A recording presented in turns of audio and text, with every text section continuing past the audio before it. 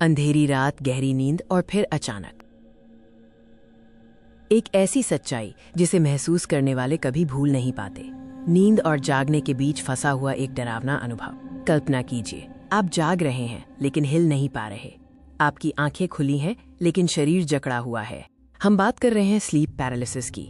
नींद का वो भयावह पहलू जहां आपका दिमाग तो एक्टिव होता है पर शरीर साथ छोड़ देता है। पर आखिर ये स्लीप पैरालिसिस क्या है और क्यों होता है?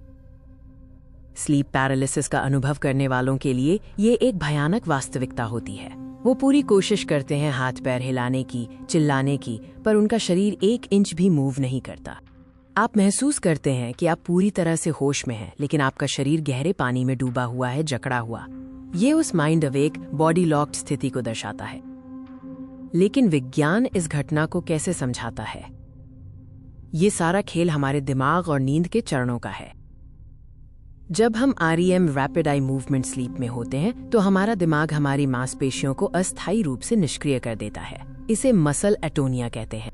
स्लीप पैरालिसिस तब होता है जब आप नींद से जागते हैं लेकिन आपका दिमाग एटोनिया को बंद करना भूल जाता है। अक्सर ये सिर्फ पैरालिसिस नहीं होता, इसमें डर और मतिभ्रम भी जुड़ जाता है।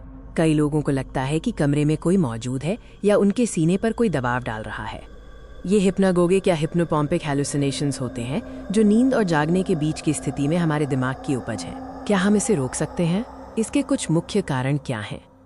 स्लीप पैरालिसिस अक्सर नींद की कमी, अनियमित स्लीप साइकिल या अत्यधिक तनाव के कारण ट्रिगर होता है। नियमित रूप से सोना, तनाव कम करना और सोने से पहले स्क्रीन टाइम से बचना महत्वपूर्ण है। अगर एपिसोड हो तो शांत रहने की कोशिश करें। याद रखें, स्लीप पैरालिसिस अस्थायी है और खतरनाक नहीं। घबराहट को अपने ऊपर हावी न होने दें। स्लीप पैरालिसिस नींद के विज्ञान की एक अनोखी लेकिन डरावनी याद दिलाता है। अपनी नींद की स्वच्छता को प्राथमिकता दें, सुरक्षित रहें और हमेशा अच्छी नींद लें। धन्यवाद।